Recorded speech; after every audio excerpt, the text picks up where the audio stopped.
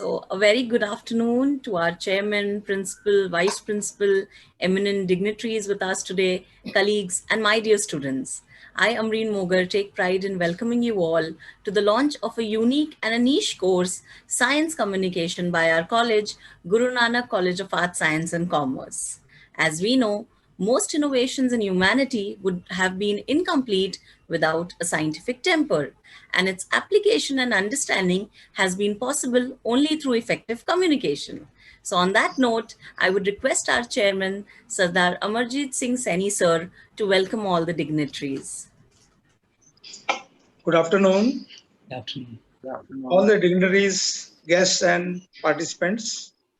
On behalf of Guru Nanak College of Arts, Science and Commerce, I welcome Dr. Stephen Webster, Director Department Science Communication, Imperial College, UK, Padma Vibhushan Professor M Sharma, and the guest and staff of GN Guru Nanak College on the occasion of inaugural function or launch of certificate course in Science Communication in association with National Center for Science Communication. Science communication, the word when I heard first time, I thought, what is so special in science communication? It must be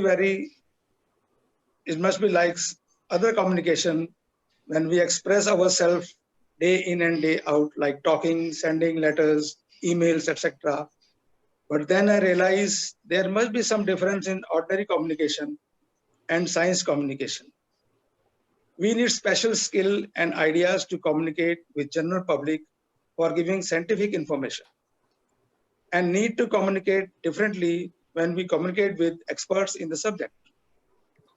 There are two very good examples we have in our lifetime. During 60s, we used to import wheat from USA as our production was very less and we could not feed our own population. Then our scientist community did a lot of research and communicated with our good planners, government planners, and other experts about the results and benefits, and then with farmers. They use different skills as the farmers' wavelength is different than the experts. They need detailed information in simple language, how to use fertilizer and other processes, etc. And see the results, we became self-sufficient in food production. Now also, we use similar methods whenever new development in this field is come. Second example, the latest pandemic. We failed to communicate properly with experts and also with the general public. That is the reason we find that different medicine protocol is used in different hospitals, and also people have no idea about the disease. They are treating themselves with different unwanted medicines. I believe this type of course are the need of the hours, and I really thankful to our college principal, Dr. Pushpinder Kaur Patia, and her team who visualized this and worked hard to get the course in our college. Thanks, Pushpinderji, again. And also thank to all for joining us. Thank you very much. Thank you so much, sir, for such enlightening words. Now I would request our very dear principal to give the welcome address. So I call upon our principal, Dr. Pushpinder Ji Bhatia. Thank you, Amreen. Thank you. Good afternoon, everybody. And a special welcome to our guests, the very esteemed Professor M Sharma, who's the chief guest of today's inaugural function, which is in the online mode, of course. Professor Stephen Webster, very warm welcome to you for joining us from the UK on a Saturday morning. Professor A.P. Jairaman, the chairman of the National Center for Science Communicators, our chairman, Sardar Amarjit Singh Saini, Dr. Mrs. Beena Punjabi, the academic advisor of the Guru Nanak College Society, and of course, a mentor to so many of us at the Guru Nanak College. My dear friends and fellow principals who have joined this platform, my dear staff colleagues. Well, in the June of 2020, when the COVID pandemic had pushed us into our first lockdown, the UGC put out a call for skill-based, career-oriented programs with the objective of imparting employability skills to students in undergraduate colleges in various domains. At that time, the pandemic was at its first peak, and it had led to a number of social media conversations about the unknowns of this novel and deadly virus. In fact, this pandemic is also known as it is in fact the first pandemic of the age of social media. More often than not, the information, or may I say misinformation, is a bigger threat than the virus itself. At such times, the reliability of information that reaches out to the layman is under a big question mark. At such times, a synergy of media, public health systems, and policymakers is much needed.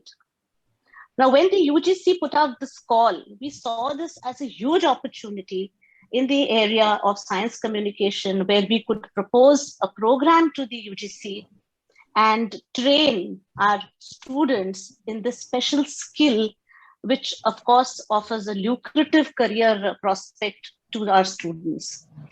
When I discussed this with Professor Jayaraman from the National Center of Science Communicators, his team relentlessly worked with our team at GNC. Of course, everything was done in the virtual mode, and we proposed a curriculum to the UGC.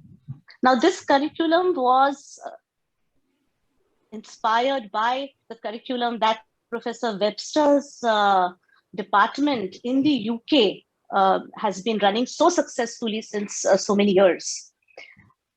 Our proposal was finally accepted, and in December 2020, we got a sanction from the UGC for this program.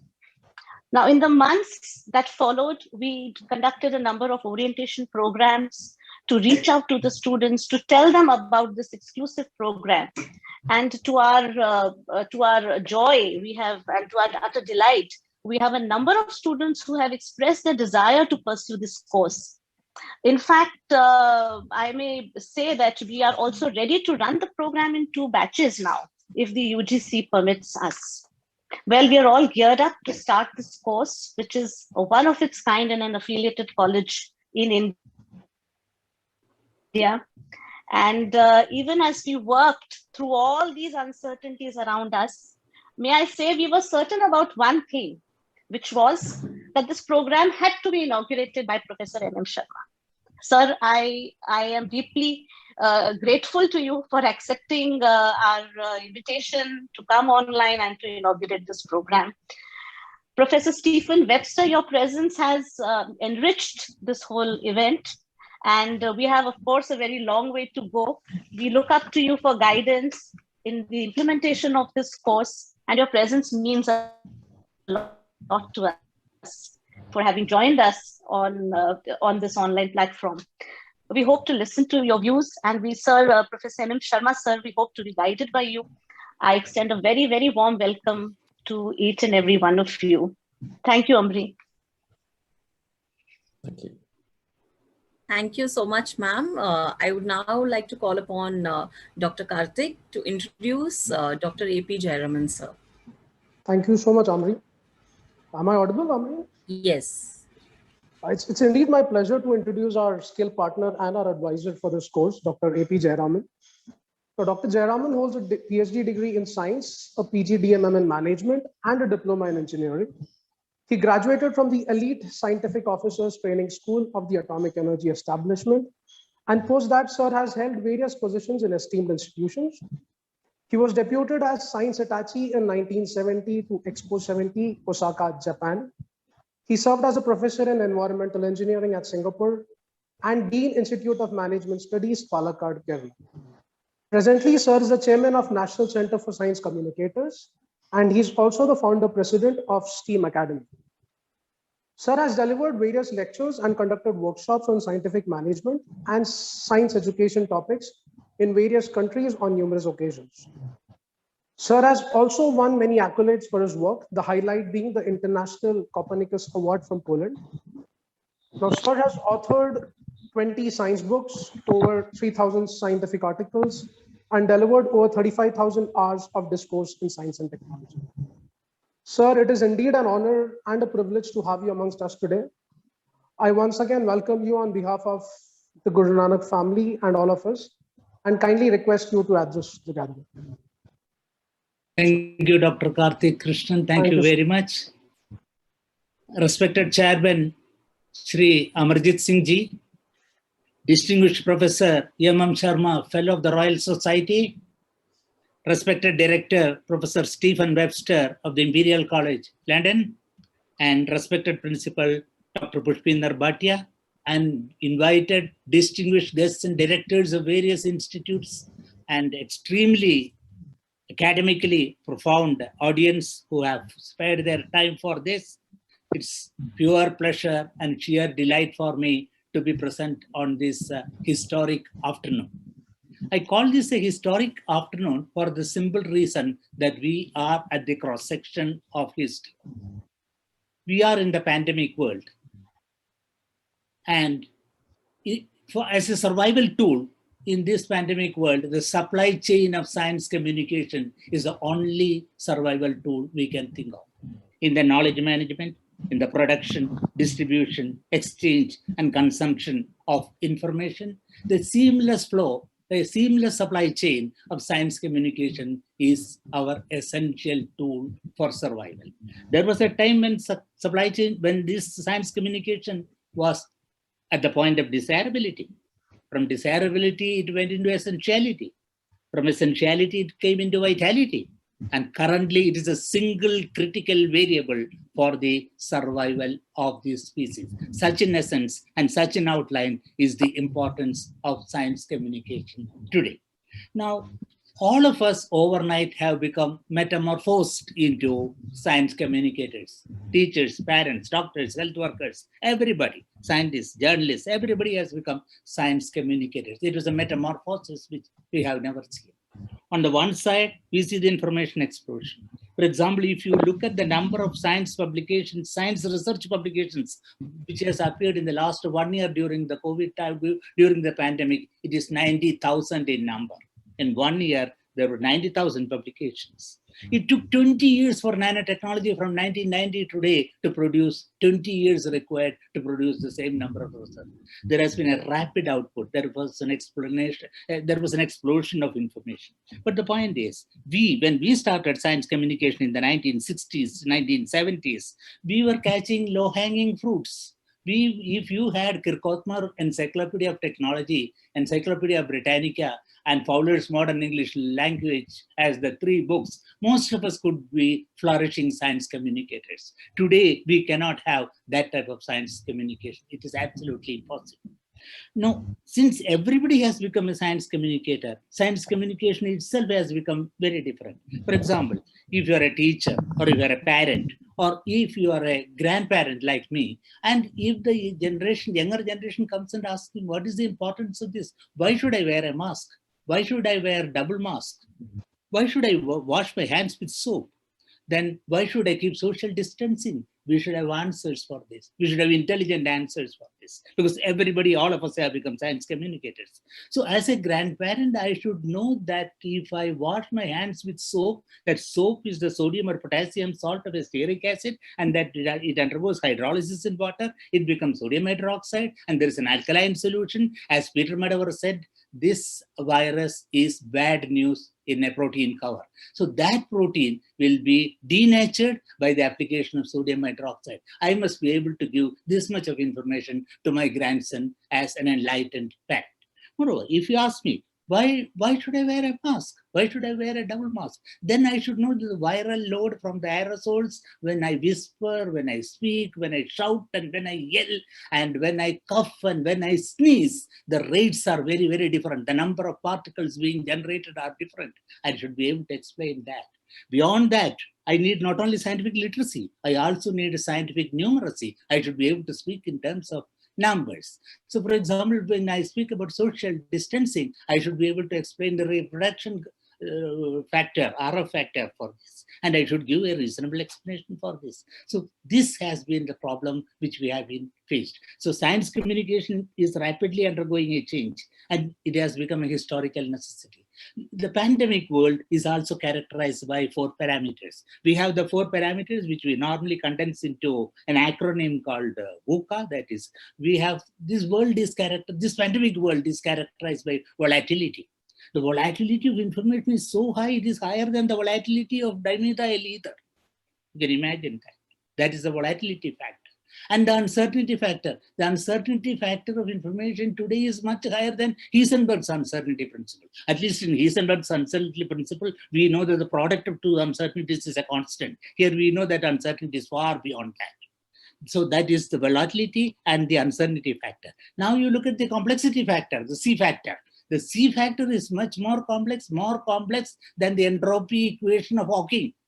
That would be the complexity you can bring to that. If you go to Hawking's equation, stand on there, you will find Westminster's Abbey, you will find the complexity of the equation. Yes, the situation today is more complex than that. And then we have the last one, ambiguity.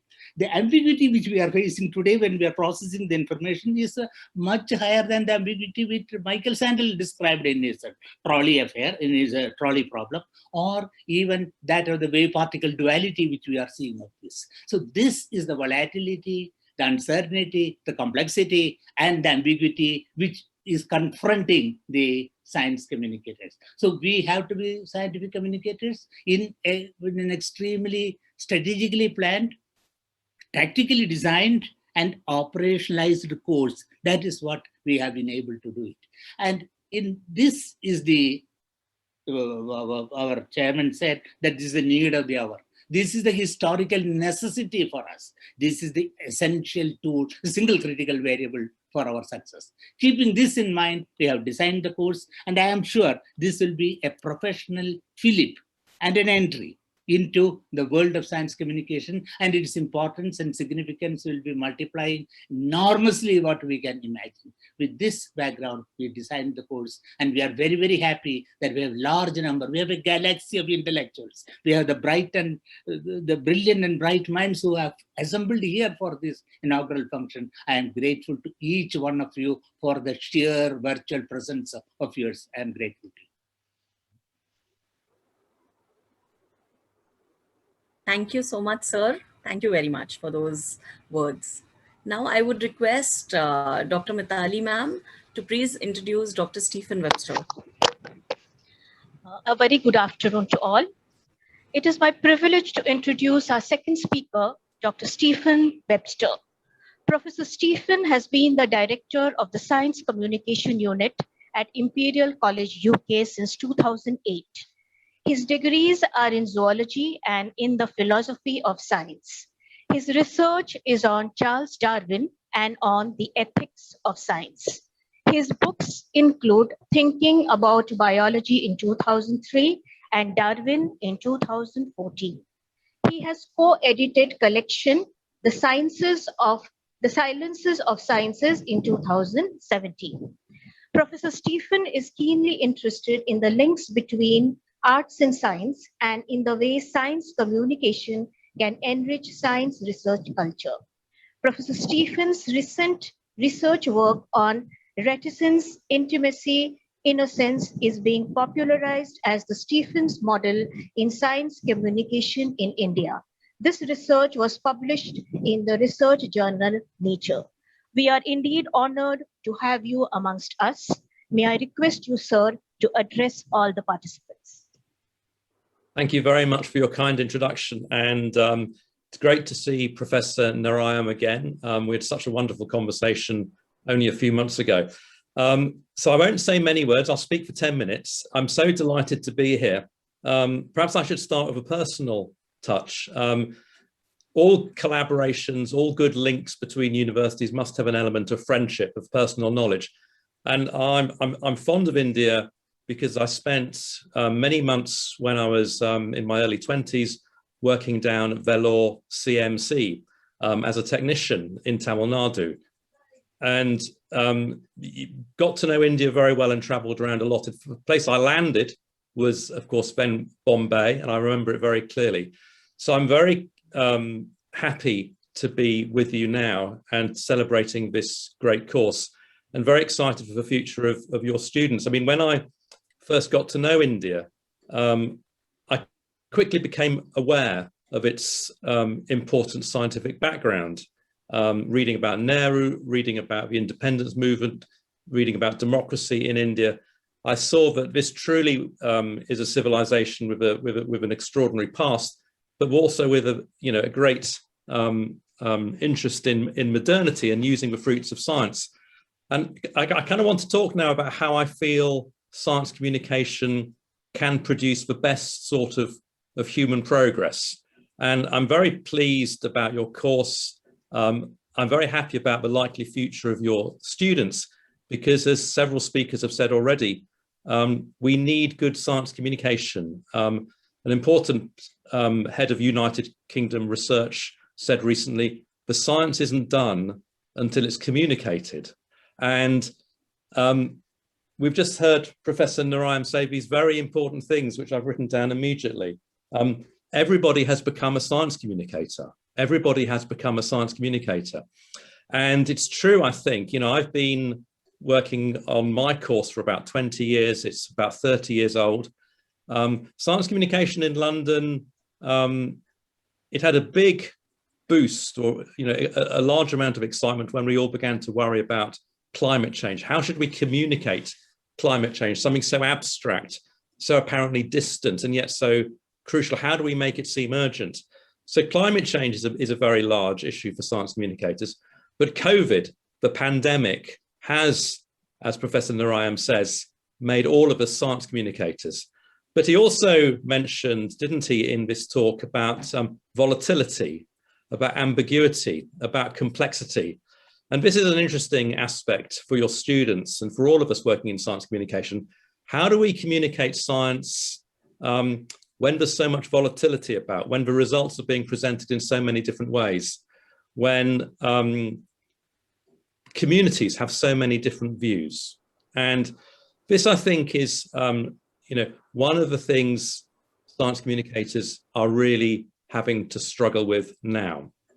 Let me tell you a little bit about my course, and let me also extend immediately the hand of friendship from Imperial College. We hope to work with you. I hope to meet your students, and I hope we can influence each other, because we've got a lot to learn from how you set about your science communication work in Mumbai, and I very much want to hear more. I want to say just a couple of things about science communication, which I hope will be useful. I want to say a couple of things. Those of you who are about to study science communication, you'll have your own word for science communication in your various languages. Of course, the English word communication comes from the Latin. It comes from the word communicare, which means to share. It means to share. And there is this very important aspect of science communication, which is the balance so difficult to get right. Is it our job to take established scientific knowledge and then spread it out? Or is it our job also to share, to listen, to find out what's going on in different communities, what's going on in different schools, what's going on in different parts of the country? And you'll, I'm sure, have heard that for some time in the United Kingdom, we've debated amongst ourselves, is science communication about transmission, the sending of results, the kind of distribution of scientific knowledge in as accurate and important a way as possible, or is it is science in some sense, is science communication in some sense a kind of relationship, if you like, a relationship where there's to and fro, where there's learning and there's telling, where there's showing and there's listening? And this is a very difficult thing to get right, because as we have seen with the pandemic, the importance of reliable information, of knowing the facts, of understanding what is the necessity, no one can possibly dispute that. But on the other hand, we know also that misinformation comes not only from parents or grandparents or different sorts of people. Misinformation comes also from politicians. Misinformation comes from all over the place. There's been a lot of misinformation from the British government. Only yesterday, our Prime Minister was saying that our excellent vaccine rollout, the fact that 60% of our population have already received their first dose of the AstraZeneca the AstraZeneca vaccine, Boris Johnson said, that's because we left the European Union. That's just simply not true. It's simply not true. So there's an interesting role for science communicators in working out where the misinformation is coming from and in making sure that we, if you like, broker the best sort of versions. So that's one thing, I think, for us all to think about. Not just our ability to express scientific knowledge precisely. Partly that's difficult because especially for pandemic, we've had so many different sorts of scientific news. I mean, anybody would be justified in sometimes feeling confused over whether, for example, the AstraZeneca is safe or not. You'll have heard that in our situation in the United Kingdom, the AstraZeneca vaccine, which was being rolled out for everybody, eventually it was decided actually it shouldn't be given to people under the age of 30. And of course, this can be confusing, and it's confusing because there's different sorts of information moving around. Different scientists have different views, well-held views, in some sense truthful views, but simply different interpretations of the data. So this makes the life of the science communicator particularly fascinating because they've got to try and understand that, as Professor Narayam said, we're dealing with ambiguity, we're dealing with volatility, not just in society, but also in science. And I think Professor Narayam's point, everybody is a science communicator. And today there's a historic necessity for science communication. I think he's hit the nail on the head, but actually we're all thinking hard about the right thing to do. We're all thinking hard about the vaccine. We're all thinking about the next step. And there's a sense in which there isn't always a single right answer. Now, I want to end by saying to find the right answer, we found on my course at Imperial College, but it's not enough simply to know the science. It's not enough simply to know the science. You also have to understand the people around you. I don't just mean scientists either, although that is important. You need to understand as best you can the society around you. You need to understand the society around you. Now, in your case, well, in the case of Great Britain, that's a complex task to understand society. In the case of India, this great, enormous country, to understand society seems nigh impossible. And that's where you need friends. That's where, as science communicators, you need friends. Make friends with social scientists. Make friends with humanities scholars. Make friends with artists. Make friends with musicians. These people will help you understand society better. They'll help you do your work better. They'll make your work more interesting as well. I remember in India, many occasions going into villages in Tamil Nadu and hearing musicians and dance troupes and theatrical groups talk about family planning, talk about hygiene. There are so many relationships a science communicator needs to be involved in. And that really will help you get the communicare right, the sharing. In a way, I want to end with a great statement from Professor Peter Peart. Professor Peart is now director of the London School of Hygiene and Tropical Medicine. He was director of United Nations AIDS, spent many years in Southern Africa working on how to get retrovirals being used by different sectors of a population. And he said, nothing for the people without the people. Nothing for the people without the people. And what he meant was that there is no question that science is the most reliable, useful, and proven type of knowledge we have. It is for the people. That's the job of a science communicator. But we have to have the people with us. We have to have the people with us. And so part of the job of a science communicator is to get expert at science, brilliant at communicating it, formidably skilled in all the different aspects which your wonderful college, Guru Nanak College, and your teachers will give you. But also you must look outwards. You must look outwards. You must look outwards to India and see what the concerns are see what people are already doing, see what's happening in the communities, in the villages, in the countryside. Be skeptical of politicians, be skeptical also of scientists, because you are critical friends. You are critical friends. The best kind of friend is the critical friend. And the more we can do our work intellectually, critically, but helpfully, the more we'll be trusted, the more we'll be seen as independent, and the more you will be listened to, and the better your work will be. So once again, just to end, I extend a warm hand of friendship from Imperial College. I'm really delighted about this course. It's great to be back in touch with you, Professor Narayam, and great to be back in touch with India. And I look forward to hearing a lot more about how you progress. And I certainly look forward to meeting your students and hear about the difference they're going to be making. So thank you very much. And thank you very much for this invitation. Thank you so much, Thank Dr. you. Stephen Webster. And we look forward to your guidance. And I'm sure our students would love to meet and interact with you. And with that, we move forward. And I would like to request our principal ma'am again to come and invite Professor M Sharma for the talk that we are also waiting eagerly for. Thank you, Amreen.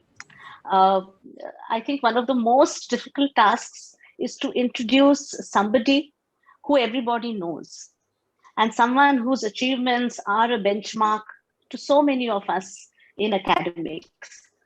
It is my privilege to welcome, to introduce, and of course to invite Professor M Sharma to today's platform. Sir is a role model for all, and personally to me, for his great vision that shaped the fortunes of so many of his illustrious students and of the Institute of Chemical Technology that he was a student of and later went to head. After completing his MSc Tech from the then UDCT and PhD from Cambridge University, he shattered many a glass ceiling in his career. He was appointed as a professor of chemical engineering at the age of 27, and he was the first Indian engineer to be elected as a Fellow of Royal Society UK. He was later awarded the Leverhulme Award Medal of the Royal Society. Now, to tell you a little about this award, this medal has been awarded 21 times, out of which 19 awardees have been UK citizens. And this award was only given out twice to non-UK experts and engineers, and one of whom is Professor Sharma. A Shanti Swarup Bhatnagar awardee, Sir was later awarded the Padma Bhushan in 1987, the Padma Vibhushan in 2001, and several universities, including IITs, have awarded him honorary doctorates. His life is an inspiring story that we all can follow. And as I said, it's a benchmark to so many of us. I feel exclusively privileged, sir, to have received your pearls of wisdom whenever I have met you. We at GNC are extremely grateful to you for having accepted to be here and for your presence. And we are keenly looking forward to listen to you. I again welcome you, sir, and I invite you to deliver the inaugural address. Thank you, sir. Thank you for your warm appreciation. I've always enjoyed your visits and visits to your college. So Chairman Sainiji, under your leadership and Pushpinder's, very smart moves with her colleagues, you have been able to fetch from UGC the first of its kind Science Communication Certificate course. My congratulations to you and your team. Professor Webster, Professor Jayaraman, other distinguished personalities, Dr. Beena Punjabi. I'm very happy that your college has got recognition for introducing this science communication course. And today's situation really demands how science should be communicated. But before I do that, I want to take you back to 1920s, early 30s, when Sir C.V. Raman came out with Raman effect. And I would like you to see how, in very simple words, he had explained Raman effect. And how he had also explained in very simple words the phenomenon of blue sky. I think there were legendary methods of communicating science. Similarly, many other Nobel Prize winners have explained in the Nobel lecture their outstanding research, blue sky research, which went places. Many of them saw industrialization on a grand scale, and how they, in very simple words, they explain. So I would like in your curriculum from time to time to quote some of the Nobel Prize lectures of the clarity with which the Nobel Prize winners had explained their outstanding piece of work, which got them this unusual recognition.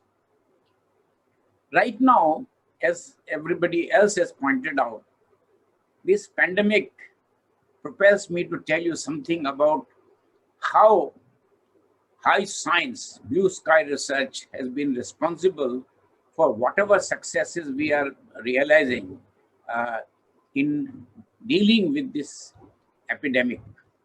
It used to take about 10 years to come out with a vaccine.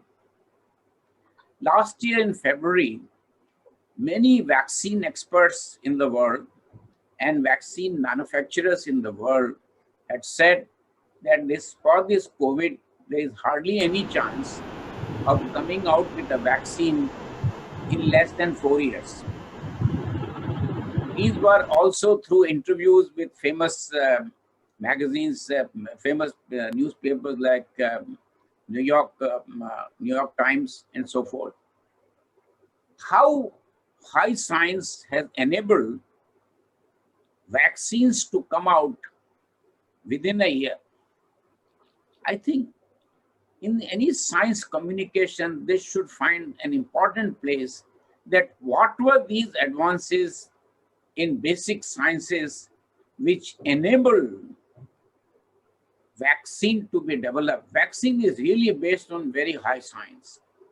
How genetic modifications have helped, how it has been possible to come out with vaccines after vaccines in a period less than 15 months. I consider this as one of the greatest achievements in science. It is also interesting to find how medicines which were meant for some other purposes, like for HIV, remdesivir and all, how these are being linked to treatment of people who have been attacked by COVID. Now, these also need some explanations as to how science has helped in finding out medicines which were meant for other purposes, that they are being used for totally a new purpose. Media has played a very big role in India, because just about every slum even has a TV set, either individual or a community TV center. TV has played a very, very vital role, and I'll give you just one or two examples that how everybody knows today that the parentage can be fixed through DNA. They may not know the full expansion of DNA. They may also not know how this is done. Science communicator should be able to explain this phenomenon which just about anybody in the society now knows. And in fact, there are many colloquial words. In Hindi, they say, oh, baap kaun hai, DNA nikalo. Now, these kind of communications, similarly, one which has made a fantastic impact on the whole world was attempts towards family planning and the invention, discovery of the pill. This requires very elaborate science communication. I'm purposely picking up some topics which general public would appreciate because it concerns their daily life. We all know that in earlier days, weather forecasting used to have many jokes. The famous cartoonist of India, Lakshman, used to always have satire at the weather prediction. And if they say it's going to rain very heavily, his cartoons will say, don't go out with an umbrella because it may not rain. Those days are gone. Today, there is a very, very outstanding weather forecasting method. In Europe and America, of course, it was very highly advanced many years ago. But today in India, so why I'm mentioning this about weather forecasting, which affects everybody, general public, farmers, saving lives because if a cyclone is coming, if typhoon is coming, or there is a likelihood of earthquake in earthquake-prone areas. Now, this has become a very critical issue. But what I want to impress upon you is that whole thing was based on the science of astronomy. Please don't confuse this with astrology. India had a highly developed culture in astronomy. And you can go back to the famous astronomers, so much so that some of the events have been named after Indian astronomers. Which is astronomy which helped. The purpose of this is also to tell you that how blue sky research has to be supported and supported vigorously. Because initially you may not know how this will be applied in everyday life and very vigorously and very effectively. I'd like to take one or two examples to prove my point. It was curiosity-driven work which led to nuclear magnetic resonance, NMR. Something like 6 or 7 Nobel Prizes have gone in this area. Who knew in the beginning that this will be on the tongue of very common person? Because they all know MRI can be taken. Now, how does it work? How this high science has become so very useful that everybody in the street knows this. These are brilliant topics for people to be excited about science, and science communication plays big. It's one thing to do high-class science, and another thing to communicate that effectively. Just like teacher, there are two types of teachers. One type of teacher who would make a simple subject very complicated so nobody understands. Another type of teacher who's much wanted will explain complicated subject in such simple language that anybody can understand. That is the quality of a teacher. Same thing I would say in science communication. We need those science communicators who will make very complicated subjects so simple that anybody can understand. Anybody can understand means anybody can understand.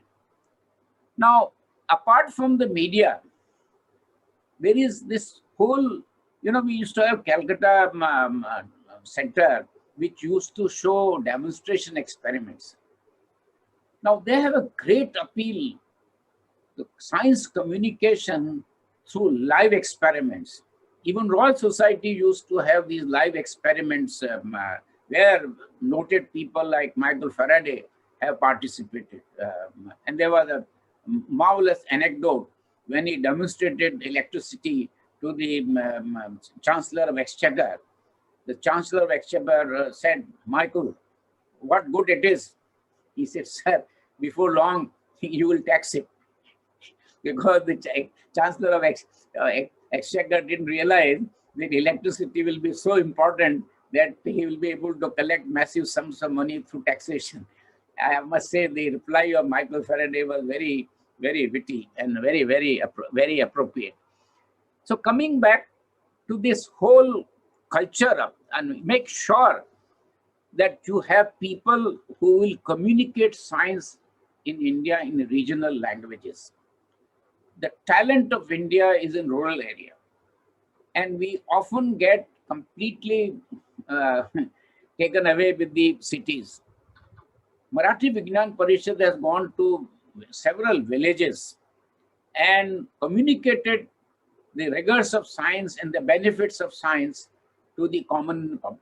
And the kind of excitement among students of 8th, 9th, 10th, 11th standard, I hear from the president, J.B. Joshi, absolutely outstanding. And they then become source of being outstanding scientists in future. So communicating science in the rural areas through media as well as physical presence. You know, giving lessons online has one benefit. In absence of not being able to give physical talks. Because in physical talks, you look into the eyes of the participants. And then you can see whether there is excitement or there is no excitement. So please keep in mind that all these communications should not be just online. You must physically go to places. Persons who are articulate teachers, they become effective communicators, and such persons should lead such activity and not persons who would give very confusing signals, because all of us would remember some of our teachers were mumbling and only reading out from the notes, which doesn't inspire its students. You know, students get inspired. You'll find in the life sketches of most eminent scientists how they got inspired. How they got inspired by their school teacher or college teacher or university teacher. Coming back to emphasizing in science communication the role of blue sky research, because everybody keeps on saying applied research, applied. How does applied research come? Applied research can come only when you have done fundamental research. So blue sky research, which our politicians, I hate to say, don't seem to understand, because no innovation can take place without invention, and no invention can take place without blue sky research.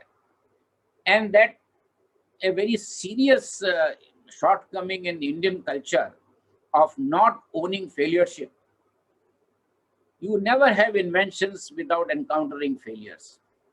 It is in science you will find the life sketch of most brilliant scientists, that how many disappointments they had, what they had aimed at, and therefore I would also like science communicator once in a while to show how serendipity has played a role in coming out with some extraordinary events which have shaped our industrial world, like how polyethylene came into it was a serendipitous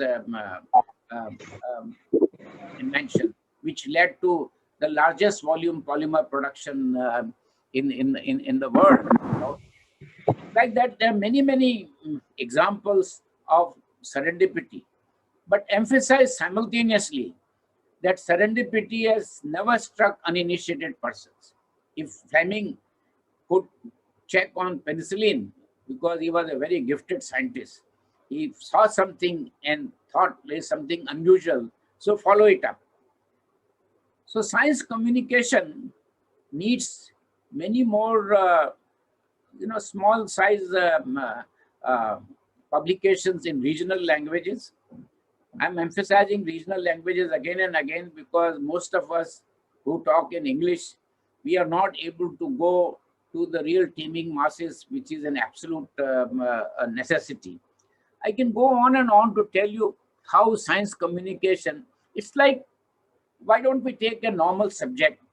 As a teacher can make that subject very exciting. I take the example of thermodynamics. If it is communicated well, people realize how important thermodynamics is in life. But if the teacher is at odds and teaches that subject, people develop disdain for that subject for the rest of their life, and they then lose interest till someone else. Now, in today's context, you are hearing many things. So I want to pick up one or two items in the today's context because that requires good science communication. You are all hearing word PSA. This is one of the great contributions of chemical engineers in the world. It stands for pressure swing adsorption. based on the science of adsorption and based on philosopher's stone deriving inspiration from nature, zeolites. Zeolites are referred to as philosopher's stone. And zeolite spores can be manipulated anywhere from 3 angstrom to 12 angstrom, now even bigger. And that the engineering practice of simulation was absolutely necessary to be able to design pressure swing. Today, everybody is talking about I'm importing so many PSCs, I'm putting, none of them seem to know. I would like in your course, take up this mundane example, which is on lips of everybody today, to show what is the science behind it, what is the science of adsorption, how zeolites work, and how one is able to get pure nitrogen or highly enriched oxygen of 95% plus through pressure swing adsorption. Similarly, there are other examples, very nice examples I want to give you. That, and you know, I always say popularly how to impress your grandmother, that I can convert seawater into potable water at room temperature without boiling and condensing. She will always say, you know, you're talking nonsense. Then you, in a front, you can show this very simple RO unit. Now again, RO is in the words, everybody in the street knows RO. They say RO ka pani hai. But they don't know what RO stands for. And though nobody then explains the science of osmosis and reverse osmosis, which has allowed what a major difference it has made to the quality of life through reverse osmosis, because you can get clean drinking water from brackish water, from seawater, and such large number of units exist throughout the world. Pushpinder, I can keep on giving many examples. I had promised that Please. I would for a longer time. No, sir, There are many examples one can give in the science communication courses to excite people. I can also talk about LEDs. Everybody knows LEDs. Everybody also knows, I think the most outstanding example to quote in science communication and how science communication is greatly helped by mobile phone. How mobile phones work. Why LED was so important? LED work was done out of pure curiosity. And look at what major impact LED has made in life. So you should explain liquid crystals, how LED works, because everybody sees, everybody has a mobile phone today, It is fashionable, those who want to brag, say that I don't have a mobile phone. Unlike in the early stages, people used to brag, I have a mobile phone. Now you can brag exactly opposite, I don't have a mobile phone. So once again, let me congratulate Pushpinder, you and your team. You've done a great job in convincing UGC. I know, having been member of the commission before and my dealing with the UGC for many years, it's not easy to convince UGC to get a course sanctioned, that too for the first time in an affiliated college. So my very warm congratulations. Also congratulations to your management, to your chairman. You have heard me in your college many times to say that college is doing a great job in looking after the community of lower middle class in an area of Mumbai, where you are playing a very vital role. My best wishes for the great success of your certificate course. Thank you. Thank you so much, sir. Thank you. Thanks a lot. Thank you so much, sir. And thank you that, you taught us that science is about invention, and that, invention means not only success, but also failure. And it's all about not giving up and taking it ahead in that stride. So, with that, I would now request our academic advisor, Beena Punjabi ma'am, to speak a few words, after which we will take in, any of the questions that anyone audiences would be having. And also if we have some questions from YouTube as well. So we would be very happy if our speakers could answer it today. Over to you, Beena Punjabi ma'am.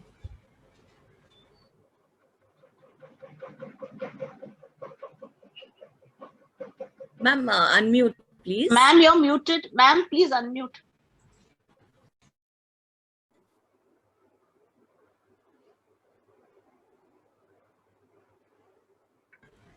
No, ma'am, it's still not unmuted. Please unmute it. Vipin, can you do it? Vipin? Yeah, ma'am. Can you unmute, madam? Yeah. Yes, No, ma'am. ma'am. Now you're on. Yeah, she is there, ma'am, now. Respected Professor Sharma, our very own Professor Sharma. It's so nice to see him on every occasion. And we are really, really grateful to Professor Sharma for having actually come to most of our inaugural functions, scientific conferences. And we just actually, we miss him when he doesn't come sometimes. And Professor Jayaraman, Dr. Stephen Webster, Dr. Pushpinder, Ramchandran, invited guests and other ladies and gentlemen and dear students.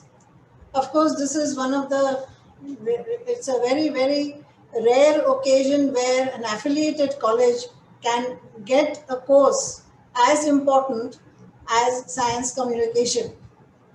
You see, science, communicating science to various stakeholders in the society is as important as doing science in doing research and doing science, because there is every subject in science has to be interpreted, and it is interpreted at various levels.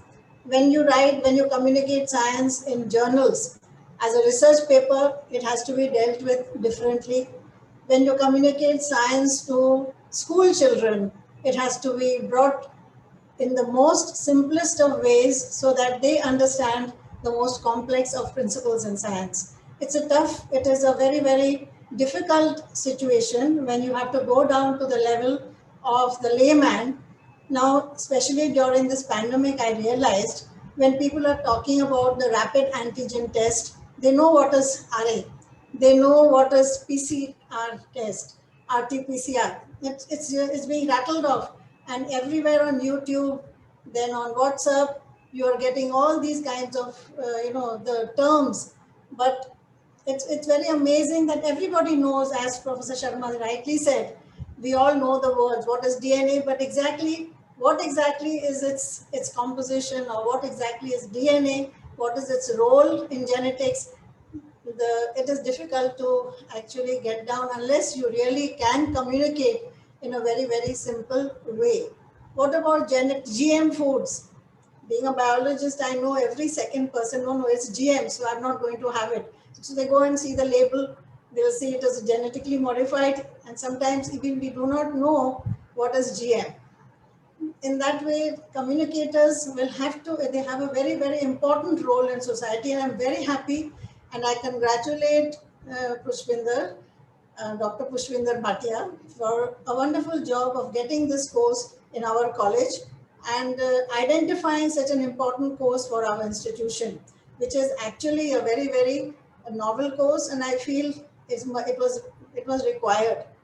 Congratulations and all the best to you, Pushpinder. And I'm sure you'll do a wonderful job. Thank you, ma'am. Thank you, ma'am. Professor Stephen Webster, Dr. Jayaraman, all with you, and our mentor, Dr. M Sharma, with us all the while. And of course, your wonderful team of teachers which you have, and you're doing a wonderful job. I was just telling you that in spite of this pandemic, in spite of being, in the midst of such a grim situation, you still have the enthusiasm and you still have the grit to go ahead with as many programs as possible. Congratulations, and I really appreciate it. It is commendable that you could get this wonderful course, and thank you for getting this course for the institution. Thank you. And she's doing a wonderful Thank you so job. much, ma'am. Thank you. Everybody will agree with me. Thank you very much. And thank you, Dr. Webster, Thank you for joining us and giving us this inspiration. Dr. Manmohan Sharma for being with us all the time. Dr. Jayaraman, as also he has been with us for almost every occasion that we need him. And these are all our, they stand by us for everything. Thank you very much once again. Thank you so much, ma'am. As you know that, most of our students are on YouTube, they're watching us live there. So they have numerous questions that they have posted, but due to lack of time, we cannot take all of them. And I would request the students that, we would later take it up with the speakers. But one of the questions which the student is asking is that, how to balance life during pandemic period. That is, the psychological behavior, the mental pressures. So how can they handle this? So they would want to know this from the experts. I think, sir, yeah. Cultivate your hobbies. Listen to music. Listen to music. Listen to, if you are religious bent of mind, listen to bhajans. And, it is very individualistic. You are confined to home.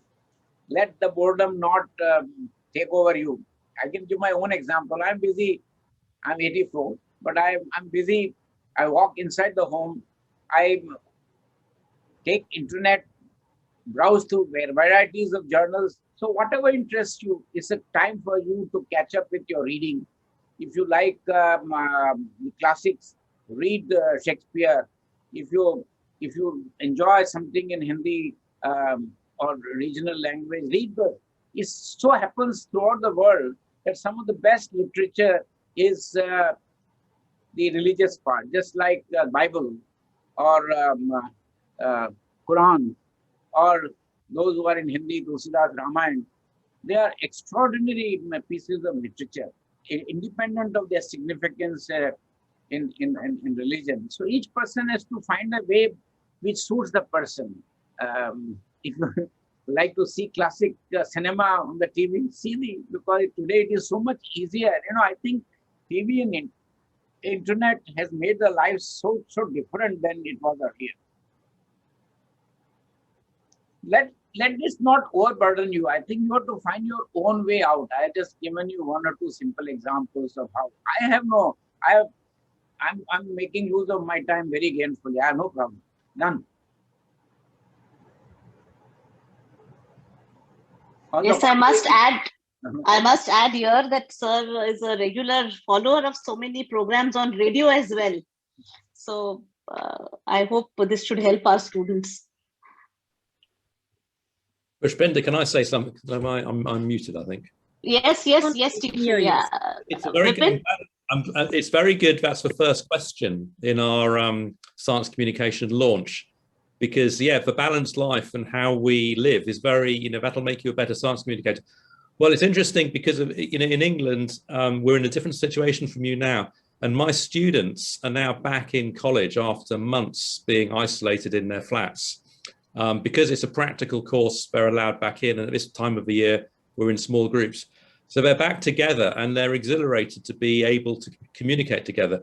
So I think, my advice is just try keeping in touch with people. Just try keeping in touch with people, because it is very hard and it's quite frightening too. You will be back with each other, the time will come. But in the meantime, yes, definitely music, reading, languages, knowing your country.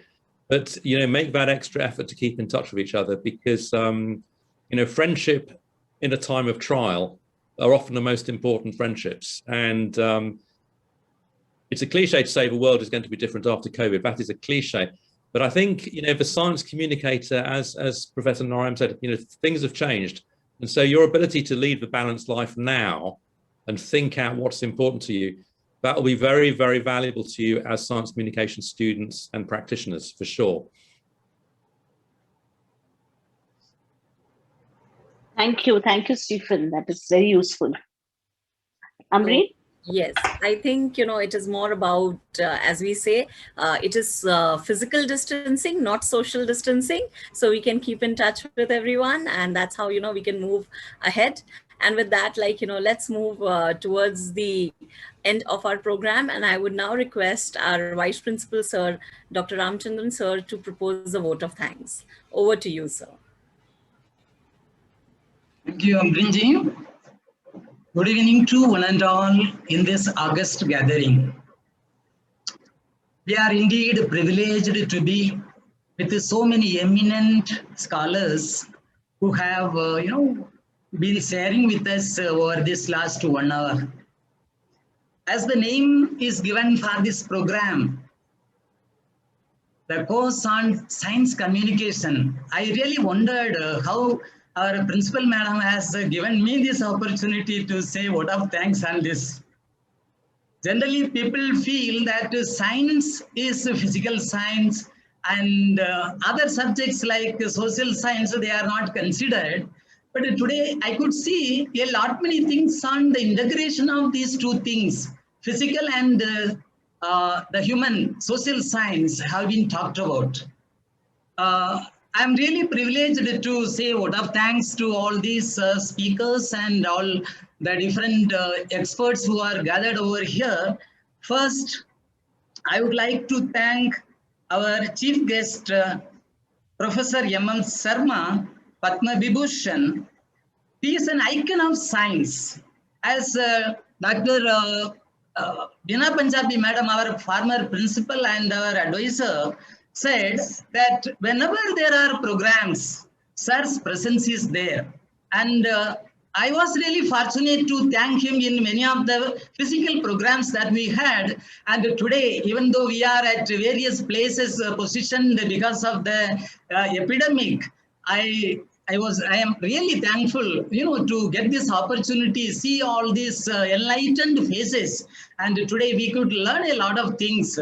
And this wisdom that our sir shares with us is, adding value to our life.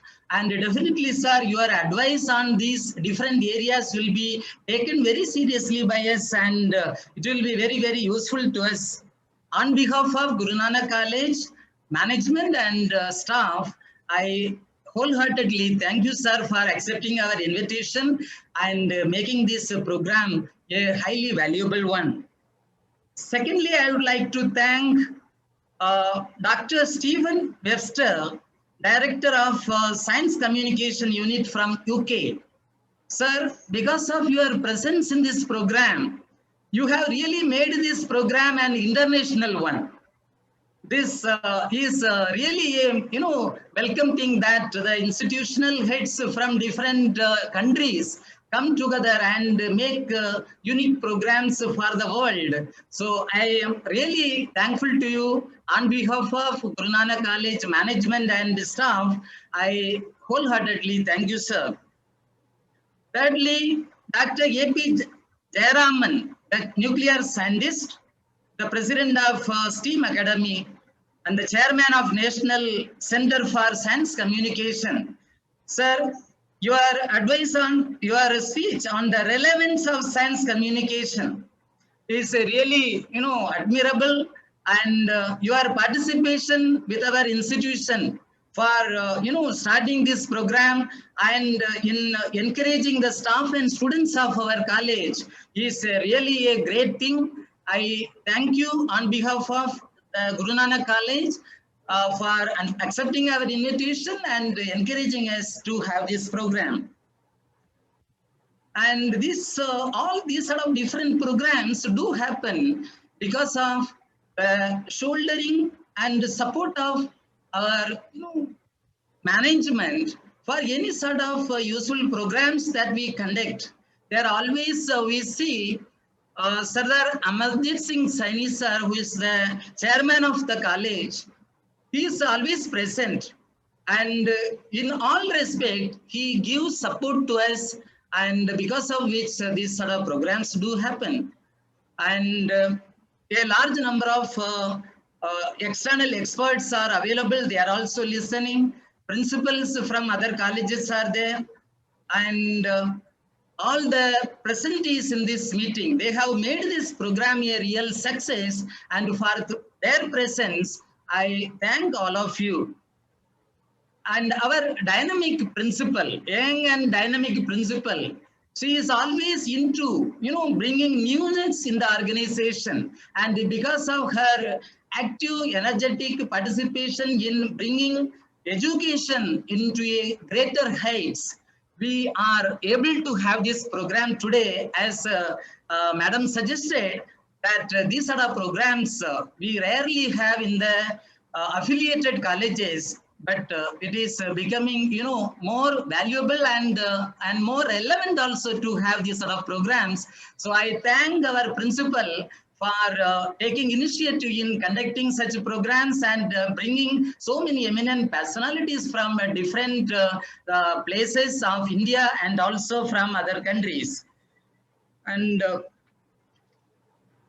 apart from this, today I could see the program is well organized under the leadership of Mrs. Amreen. From the beginning till the end, she has programmed it with the principal, and it has gone very well. All the participants in the program have, actually got a different value addition. So for that, I thank you and your team to do this wonderful activity of organizing the program. And once again, I thank you all. And definitely, I will be missing, in thanking our advisor, Dr. Bina Punjabi, who has been there for long with us as principal. And even after retirement, she is working hard for the development of this institution. And whenever any program is conducted in the college, she is there. Whenever physical meetings are there, she is there. Otherwise, also her guidance is always there with us. Thank you, madam, for coming to this program and encouraging us. And I hope all the members who are present here will go with a happy note and with a bright face that we have learned a lot from this program. And once again, I request our principal to bring out many more programs, and for which we all staff members will be with you to bring this organization, one of the best organizations in Mumbai. Thank you all. Thank you very much.